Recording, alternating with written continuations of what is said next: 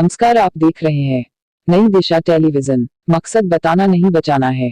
बलरामपुर जिला पंचायत अध्यक्ष के पद पर निर्विरोध कैसे चुनी गई आरती तिवारी। चुनकी आरती तिवारी भाजपा से प्रत्याशी है। आइए आप जनपद वासियों को सच का सामना करवाते हैं।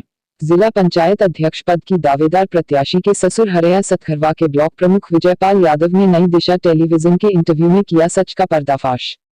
आइए सुनाते हैं विजयपाल यादव की जुबानी की किस तरह निर्विरोध चुनी गई जिला पंचायत अध्यक्ष और क्या क्या झेलना पड़ा ब्लॉक प्रमुख विजयपाल यादव को और उनकी पुत्रवधू को। आइए देखते और सुनते हैं क्या है पूरा सच। टेलीविजन में आपका स्वागत है। धन्यवाद महोदय, ये जानकारी जब मुझे मिली कि निर्विरोध प्रत्याशी चुनी गई है तो कहीं ना कहीं मेरे मन में ये आया सवाल कि फिर निर्विरोध क्यों कहा जाएगा। वो तो सीधे सीधे ये हो गया कि इकलौती थी और चांस भी नहीं करता वो सीट लेगी। बिल्कुल आप सही कह रहे हैं, लेकिन जो सामने बात उछल के आई कि शासन और प्रशासन ने आपको जिस तरह से अरेस्ट किया, जिस तरह से होम अरेस्ट किया, उसके बाद फिर अंडर कस्टडी ले करके और जो हुआ वो पूरी बात जरा आप खुल के बताइए क्या क्या हुआ। ऐसा हुआ 25 तारीख की रात को लगभग 11 बजे हम लोग घर पे सोए हुए थे, तब तक पुलिस मेरे घर पे पहुंच जाती है। नंबर लोकल पुलिस थी हरैया की, नंबर मेरा जानते थे। उन लोगों ने मुझको कॉल किया, हम उठे और उन लोगों ने कहा उस वक्त पुलिस की संख्या हमारे ख्याल से 20 उसके करीब रही होगी, जिसमें एक एसआई थे और सिपाही थे और महिला कांस्टेबल थी।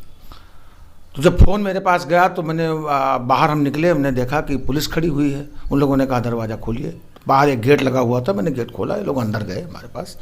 हमने कहा क्या बात है, कैसे आप लोग आए? कहीं हम लोग आपके सुरक्षा में आए हैं। तो हमको मैंने सुरक्षा 3-4 दिन पहले आप लोगों ने मुझसे लिख के ले लिया था और मैंने कह दिया था कि मुझे सुरक्षा की कोई ज़रूरत नहीं है, हम सेफ हैं। फिर सुरक्षा करने की क्या ज़रूरत है? आप लोग जाएँ, हमको आराम करने दें घर पे, आप लोग जाएं अपने, हमें सुरक्षा की कोई ज़रूरत नहीं है, हमें कोई बात परेशानी नहीं है, ना हमारे ऊपर कोई इस तरीके की बात है कि सुरक्षा की ज़रूरत हो। उन लोगों ने कहा नहीं, ऊपर से आदेश आया है इसलिए सुरक्षा करने के लिए हम लोग रुकेंगे। तो वो लोग वहीं रुक गए। हम जाके कमरे में लेट गए। तो हमारे घर पर जो चौकी है वो कुल पड़ा हुआ था, उस पर वो लोग अपना लेट के रात भर विश्राम किए। सुबह हुआ तो हम लोग तैयारी बनाने लगे कि हमको पर्चा दाखिल करना है, हमको जाना है। तब तक पुलिस और पहुँच गई हमारे घर पर और हम जब लोग निकलना चाहे तो इन लोगों ने रोक दिया, कहीं आपको नहीं जाने देंगे, पर्चा दाखिल करने आपको नहीं जाना है। मैंने कहा क्यों नहीं जाना है भाई, तो प्रजातंत्र है, लोकतंत्र की हत्या हो जाएगी अगर पर्चा हम नहीं दाखिल करते हैं, पर्चा खरीदे हैं तो। इसके बाद फिर उन लोगों का कहा कुछ भी हो लेकिन आपको हम जाने नहीं देंगे। गाड़ी मैंने निकलवा के लान में खड़ा करवाया, लान से निकलवा के गाड़ी लगा, लेकिन लोग गाड़ी पर हमको बैठते नहीं दे लोग। तब तक एसओ पहुँच जाते हैं हमारे प्रभारी निरीक्षक महोदय और हमारे गेट पर बिल्कुल अपनी गाड़ी खड़ा कर देते हैं कि गाड़ी वहाँ से अंदर से बाहर ना निकल सके। उनकी गाड़ी खड़ी हो गई, उसका भी पोज है वीडियो में जो हम लोगों ने खींचा था उस पर व्हाट्सएप पे। तो हमने कहा अब क्या किया जाए। तब तक ये जब हो हल्ला होने लगा तब तक इलाकाई लोग कम से कम 300-400 संख्या में ग्रामीण जनता हमारे घर पे पहुंच चुकी थी। फिर बात चर्चा चलने लगी तो फिर मैंने पार्टी वालों ने भी फोन किया। हम लोगों के अगुआ जो राजनीतिक गुरु हमारे हैं डॉक्टर एसपी यादव जी, पूर्व मंत्री रह चुके हैं, उन्होंने कई बार हमको कॉल किया कि लेट हो रहा है, कैसे नहीं आ रहे हैं। तो मैंने विस्तृत जानकारी उनको दिया इस तरीके से, तो उन्होंने तैयारी बनाई। इसके बाद लगभग 11 बजे के करीब हमारे पार्टी के जिलाध्यक्ष रामनिवास मौर्य जी और पूर्व विधायक भाई मसूद साहब, राम कुमार यादव जी विधानसभा अध्यक्ष, शत्रुघ्न मौर्य जी उतरौला से, इस तरीके से पार्टी के तमाम नेतागण हमारे घर पे आकर के और किसी तरीके से पुलिस से भिड़ करके हमको गाड़ी में बैठा करके लेके चल दिए पर्चा दाखिल करने के लिए। हमारे गाड़ी के अंदर 2 महिला कांस्टेबल, 1 एसआई और 1 सिपाही, जिस गाड़ी में हम और मेरी बहू किरण यादव बैठी हुई थी जो कि समाजवादी पार्टी की प्रत्याशी थी, वो भी बैठी हुई थी उसी गाड़ी में। हमारे गाड़ी में ये 4 लोग बैठ गए। इसके बाद यहाँ चल दिए दूसरे गाड़ी में और सिपाही लोग बैठे होंगे, जो देखने को मिला हमको बैठ रहे थे वो लोग गाड़ी में। हम लोग यहाँ से लगभग अपने घर से 10-12 किलोमीटर आगे महाराजगंज एक पड़ता है, महाराजगंज जब हम लोग पहुँचे तो वहाँ भारी संख्या में पुलिस खड़ी हुई थी। महाराजगंज में हमारे कम से 100-150 के करीब पुलिस वहाँ रही होगी और रोड को जाम करने के लिए एक डीसीएम को एड़ा बेड़ा खड़ा कर दिए थे और एक टाली लगा दिए थे कि कोई गाड़ी निकल ना पाओ आगे की तरफ। जब हम लोग वहाँ पहुँचे, पुलिस लगी हुई थी, तो हम लोग रुके और दरोगा से पूछा, या इंस्पेक्टर वहाँ थे 2-3 इंस्पेक्टर थे वहाँ पे। मैंने उन लोगों को पूछा कि क्या बात है, हम लोग काहे रोक रहे हैं आप, जाने दीजिए। उन लोगों ने गाड़ी की तलाशी लेनी है, तो हमने कहा साहस तलाशी ले लीजिए गाड़ी की। अब लोग गाड़ी खुलवाए, तलाशी लिए, उसके बाद फिर अपना हमने कहा आप तलाशी आप ले चुके हैं, हम लोग जाने दीजिए। कहीं नहीं, इतनी बड़ी भीड़ आपके साथ है, हम आपको भीड़ के साथ नहीं जाने देंगे, हम अकेले आपको लेके यहाँ से जाएंगे। इस पर हमारे पार्टी के नेताओं ने जब जिद करना शुरू किया तो उनको ढकेल करके उनके गाड़ी में, मसूद साहब को, पार्टी के जिला अध्यक्ष जी को घसीट करके गाड़ी में बैठा दिया उनके गाड़ी में कि तुम चले जाओ यहाँ से, नहीं अभी बहुत बुरा हो जाएगा। उसके बाद वो लोग वहाँ से चले आए। फिर कार्यकर्ता जो हमारे साथ थे पार्टी के, उन लोगों को खदेड़ दिया पुलिस वालों ने। अब केवल मेरी अकेली गाड़ी वहाँ पे बची। तब तक समय हो गया था लगभग 12 के करीब, घंटा 12 साढ़े 12 हो गया, 12:30 के करीब हो गया होता समय, क्योंकि हम लोग हताश थे, इसलिए समय निश्चित नहीं बता, लेकिन हमारे अंदाज से 12:30 का समय रहा होगा। स्थितियाँ विपरीत थी, इसलिए दिमाग कुछ काम नहीं कर रहा था। उसके बाद इन लोगों ने कहा कि हम अपने सुरक्षा में तुमको आप लोगों को लेकर के पर्चा हम दाखिल कराएंगे। अब आगे हमारे गाड़ी के आगे 2 गाड़ी लगाए पुलिस की और पीछे भी 2 गाड़ी लगाए पुलिस की, और हमारे गाड़ी के अंदर तो पुलिस ऑलरेडी बैठी हुई थी। हमको लेके चले तो फिर यहाँ से लेके चले तो कौवापुर रोक दिए हमको, 10-15 मिनट वहाँ रोके। इसके बाद फिर लेके चले तो कौवापुर जैसे हम क्रॉस किए रेलवे स्टेशन, फिर वहाँ फोर्स लगी हुई थी 12-13 के संख्या में, वहाँ भी हम लोगों को रोके, जो 10-15 मिनट रोके हों। इसके बाद टेढ़वा मोड़ एक बोलता है, रमेडी में पड़ता है, वहाँ ले जाके गाड़ी ये लोग मूव करवा दिए फिर तुलसीपुर की तरफ। अच्छा। फिर तुलसीपुर हमको लेके चले गए। तुलसीपुर से फिर जरवा वाली रोड पे हमको जरवा की तरफ ले जा रहे थे लोग। फिर जब जरवा यानी तुलसीपुर से लगभग 5-6 किलोमीटर नकटी लाला ये लोग जब क्रॉस कर गए, तब मैंने अपनी गाड़ी रोक दी। तब ये लोग भी रुक गए। मैंने कहा कि कहाँ ले जाने का मकसद है, आप लोग बलरामपुर ले जाने की बात कर रहे थे, बलरामपुर से तुलसीपुर लाए, अब कहाँ हमको ले जा रहे हैं, समय भी लगभग व्यतीत हो रहा है, पर्चा भी हम नहीं दाखिल कर पाएंगे, क्या मनसा है आप लोगों की? तो मनसा, तब इन लोगों ने कहा कि मनसा तो मेरी यही है कि आपका पर्चा ना दाखिल हो। तुमने कहा तो मनसा में आप कामयाब हो गए, जब हमको आप किडनैप कर लिए, हमको अंडर कस्टडी में कर लिए, तो आपके ज़बरदस्ती हम कैसे जा पाएंगे? आपके हमारे साथ साथ कम से कम 300-3500 की संख्या में पुलिस चल रही है, इंस्पेक्टर चल रहे हैं, हम क्या कर लेंगे आप लोगों का? ये स्थिति थी, तो आप दूसरा यूज़ करते और वहाँ से लेके हमको यहाँ ला के छोड़ दिया। अब हम आगे नहीं जाएंगे। तो उन लोगों ने समय भी देखा, तो उस वक्त हमारे अंदाज से नहीं 2:30 बज रहा था वहाँ जब पहुँचे लोग। तो कहे अब क्या किया जाए? तो हमने कहा आप जैसी आपकी मनसा हो, तो आपको हमको किडनैप किए हुए हैं, अपने कस्टडी में लिए हुए हैं, हमारा तो कुछ चलेगा नहीं। फिर वहाँ से घुमा के हमको लाए, फिर तुलसीपुर, फिर वो लोग वापस लेके आए, फिर हरैया रोड पे ला करके, एक महमूद नगर पड़ता है, महमूद नगर के पास ही मेरा घर पड़ता है 3 किलोमीटर दूरी पर, फिर हमको ले जाके 2:45 बजे लोग, 2:45 बजे के करीब हमको हमारे घर पे लोग छोड़े। फिर हमारा फ़ोटो वोटो भी लिए, पता नहीं क्या उन लोगों का मकसद रहा होगा। इस फोटो लेने के बाद उसके बाद फिर लोग चले गए बलरामपुर की तरफ। तब तक डॉक्टर, हमारे पार्टी के जो पूर्व मंत्री हमारे हैं, जो हम लोगों के अगुआ हैं, हम लोगों के सब कुछ करता धरता है, उनका फ़ोन मेरे पास आया कि इस वक्त आप कहाँ हैं? तो हमने कहा घर पे लाके हमको छोड़े हैं। फिर उन्होंने कहा कि ठीक है आप बलरामपुर आइए। हम बलरामपुर के लिए पुनः रवाना जब हुए, 2:45 बजे, इन्हें लगभग जो 10-15 मिनट 3 बजे ने बचा रहा होगा, तो गुलरिया जब हम पहुँचे तो वहाँ पुलिस फिर लगी हुई थी और लोगों ने हमको फिर रोक लिया पुनः, कहीं जब तक 3 नहीं बज जाएगा आपको यहाँ से हम नहीं जाने देंगे। जब 3 बज गया तो वो लोग हमको वहाँ से फिर बलरामपुर के लिए, तो हम बलरामपुर के माननीय मंत्री जी से मिले, पार्टी के और कार्यकर्ता थे वहाँ मिले, पार्टी कार्यालय गए, कार्यालय के बाद फिर जहाँ बैरिकेटिंग थी, जहाँ डीएम साहब का कार्यालय था, वहाँ फिर आए, वहाँ फिर प्रेस वार्ता हुई, प्रेस वार्ता के बाद फिर तब हम लोग अपने घर पर आए हैं। ये घटना हमारे साथ बीती। उन लोगों की मानसिकता इतनी खराब थी कि उन लोगों ने लोकतंत्र की हत्या कर दी। चुनाव होता, चुनाव में हार जीत तो होता रहता है, कोई जीतता है कोई हारता है, चुनाव होता, जबकि मेरे पास संख्या बल था। वो लोग जो हताश थे कि 13 हमारे पार्टी के जीते हुए थे, समाजवादी पार्टी के, 8 हमको दूसरे पार्टी का समर्थन मिल रहा था, 12-8 20 हो गया, 6 निर्दलियों का समर्थन मेरे पास, हमारे पास 26 मेंबर थे, जीत मेरी बिल्कुल सुनिश्चित थी। इसलिए उन लोगों ने मेरे साथ एक घटना किया कि वो जीत नहीं सकते थे, क्योंकि उनकी संख्या मात्र 6 की थी। वो लोग केवल 6 की संख्या में, भाजपा के केवल 6 उम्मीदवार जीते थे, जिला पंचायत सदस्य थे, और हमारे पास संख्या 26 की थी। वो लोग ये समझते थे कि ये लोग चुनाव जीत जाएंगे, इसलिए मेरे साथ एक घटना की गई कि जब इनका पर्चा ही नहीं दाखिल होगा तो लड़ाई होने कोई सवाल नहीं उठता है। जीत हार की तो कोई बातें नहीं रहेगी, जब लड़ाई होता तब तो जीत हार की बात होती।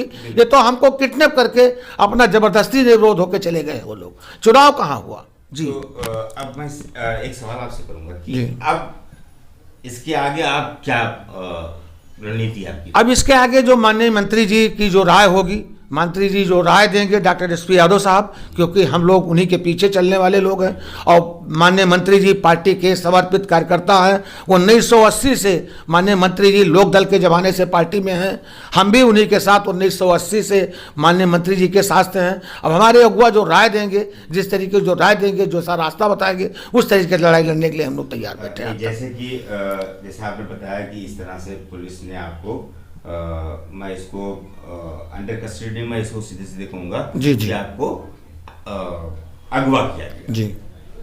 तो क्या ऐसा नहीं लग रहा है कि इस वक्त हम उस जमाने में चले गए हैं जब हम देश हमारा आज़ाद नहीं हुआ था? बिल्कुल बिल्कुल बिल्कुल सही आप कह रहे हैं। आज तो ऐसा लगा कि जैसे अंग्रेजों का शासन फिर से आ गया है, कोई अपनी बात कह ही नहीं सकता है। संविधान में जो अधिकार हम लोगों को दिए गए हैं, संविधान का हनन किया इन लोगों ने, अंग्रेजों का शासन लाके लागू कर दिया, डिक्टेटरशिप एकदम लागू कर दिया कि जो हम चाहेंगे वही होगा। जब एक राजनीतिक व्यक्ति के साथ ऐसा हो रहा है जी, आम जनता के साथ क्या हो रहा होगा? बिल्कुल सही आप कह रहे हैं। आम जनता भी आज परेशान है। आम जनता तो परेशान नहीं है, जब नेताओं की ये स्थिति है तो आम जनता की बहुत बुरी हाल है।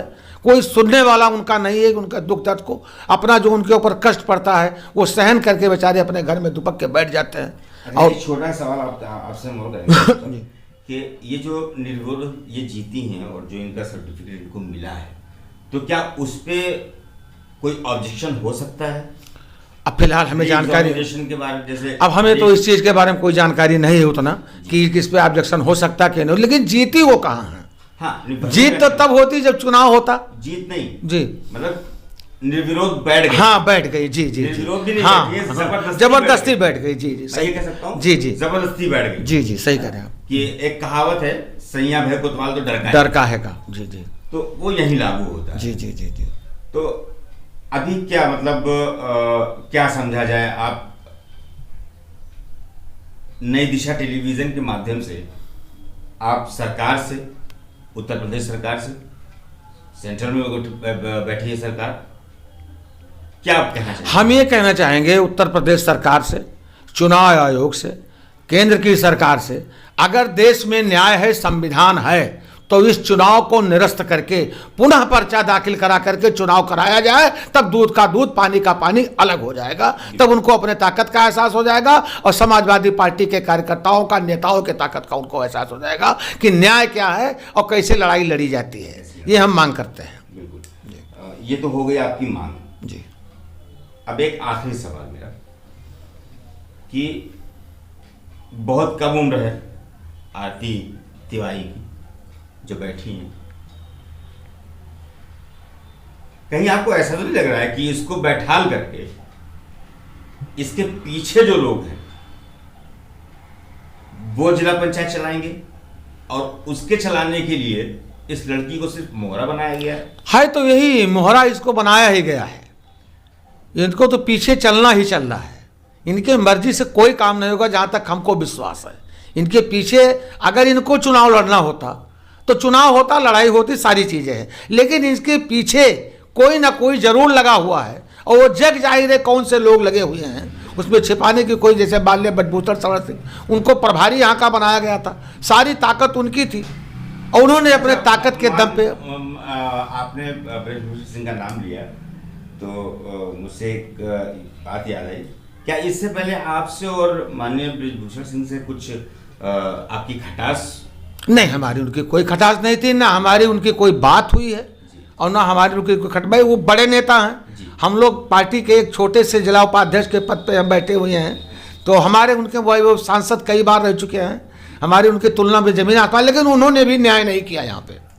जो न्याय उनको प्रभारी थे यहाँ के, मैं एक कहना चाहता हूं कि उनको भी न्याय करना चाहिए। इस तरीके से कार्य नहीं होना चाहिए, क्योंकि प्रभारी थे तो प्रभारी का मतलब किसी पार्टी विशेष का नहीं होता है। उनको सबके साथ न्याय कराना चाहिए। वो योग्य थे, बड़े थे, कई बार सांसद रह चुके हैं, सांसद की रहनुमाई कर रहे हैं, उनको भी न्याय करना चाहिए, इसको देखना चाहिए। लेकिन उन्होंने भी अपनी आंखें मूंद ली, इसलिए हम कहते हैं उन्होंने भी न्याय नहीं किया मेरे साथ। मैं ये समझता हूँ यहाँ तक कि बलरामपुर में एक कद्दावर नेता और भी है जो एक बार जीत भी चुके हैं समाजवादी पार्टी से, माननीय धीरू सिंह जी, तो उन्होंने भी इस पर कोई प्रतिक्रिया नहीं दी। नहीं, किसी को कोई प्रतिक्रिया नहीं आई। विपक्षी, अब हमें लग रहा है कि सब लोग मिले हुए थे एक तरफ से, केवल समाजवादी पार्टी के नेता जितने थे, माननीय एसपी यादव, रामनिवास मौर्य, शत्रुघ्न मौर्य, ओंकार पटेल और जगराम पासवानी जितने पूर्व विधायक थे, अनवर महमूद और मसूद साहब, जितने पूर्व विधायक थे और पार्टी के जितने हमारे नेता थे, केवल यही लोग विरोध किए हैं। चाहे कलेक्ट्रेट घेरने की बात रही हो या और कोई लड़ाई लड़ने की बात रही हो, हमारे पार्टी के जितने भी पदाधिकारी थे, नूर हसन साहब थे जो जिला पंचायत, जिनका लड़का जिला पंचायत सदस्य, ये लोग बिल्कुल डटे रहे। शत्रुघ्न मौर्य तो शत्रुघ्न वर्मा जी तो उतरौला से चल के हमारे घर तक आए थे। मैं उनका बहुत शुक्रगुजार भी हूँ कि उन्होंने इतनी बड़ी लड़ाई लड़ने के लिए उतरौला से चल के हमारे घर तक आए और हमको साथ लेके यहाँ से निकले। बहुत अच्छा लगा जी बात करके, और आपकी जो और समाजवादी पार्टी की एकजुटता भी हमको इसमें दिखाई दिया। समाजवादी पार्टी का कोई कार्यकर्ता, कोई नेता इस लड़ाई में अलग नहीं था, सब लोग एक साथ थे और साथ मिल करके हम लोग लड़ाई लड़े। लेकिन प्रशासन के आगे हम लोग फेल हो गए। प्रशासन ने हम लोगों के साथ बहुत बड़ा अन्याय किया, जुर्म किया, जास्ती किया। वही हम लोगों को हरास आया इस चीज़ का कि आज लोकतंत्र का गला घोटा गया जनपद बलरामपुर में। बिल्कुल बिल्कुल जी। तो चलते चलते सिर्फ एक लास्ट बार एक सवाल हम फिर रिपीट करेंगे। नई दिशा टेलीविजन के माध्यम से उत्तर प्रदेश सरकार से आपकी मांग क्या है? एक आखिरी बार हम यही मांग करते हैं कि हमको न्याय देना चाहिए। इस चुनाव को निरस्त करके पुनः फिर चुनाव कराया जाए बलरामपुर में। मैं यही मांग करता हूं प्रदेश सरकार से। इसके लिए अगर आपको धरना प्रदर्शन, हाँ बिल्कुल, जो कुछ करना पड़ेगा, अगर इस तरीके से है तो हम लोग धरना प्रदर्शन करेंगे, रोड पे उतरेंगे, लड़ाई लड़ेंगे। हर तरीके की लड़ाई हिंसात्मक तरीके से, गांधीवादी तरीके से हम अपनी लड़ाई लड़के अपनी बात रखेंगे, गांधीवादी तरीके से, और दूसरे तरीके से नहीं। सड़क पे उतर करके गांधीवादी तरीके से लड़ाई लड़ेंगे। और हमारे अगुआ माननीय डॉक्टर शिव प्रताप यादव जी तो पूर्व मंत्री हैं, उनके अगुवाई में सारी लड़ाई लड़ी जाएगी और हम जानते हैं कि कामयाबी जरूर मिलेगी। और ये कुर्सी अगर मान लीजिए किसी तरीके से लड़ करके ये लोग कायम भी रख पाते हैं तो 6 महीने बाद समाजवादी पार्टी की सरकार आ रही है, इन्हें कुर्सी छोड़ना पड़ेगा, छोड़ना पड़ेगा, छोड़ना पड़ेगा, क्योंकि बहुमत मेरे साथ है, जिला पंचायत सदस्य मेरे साथ हैं। उनके खिलाफ विश्वास प्रस्ताव आएगा और कुर्सी उनको छोड़ना पड़ेगा और पुनः फिर किरण यादव जिला पंचायत अध्यक्ष बन के उस कुर्सी पर बैठोगी। ये मेरा दिल कह रहा है, मेरा ये आत्मविश्वास है। बिल्कुल।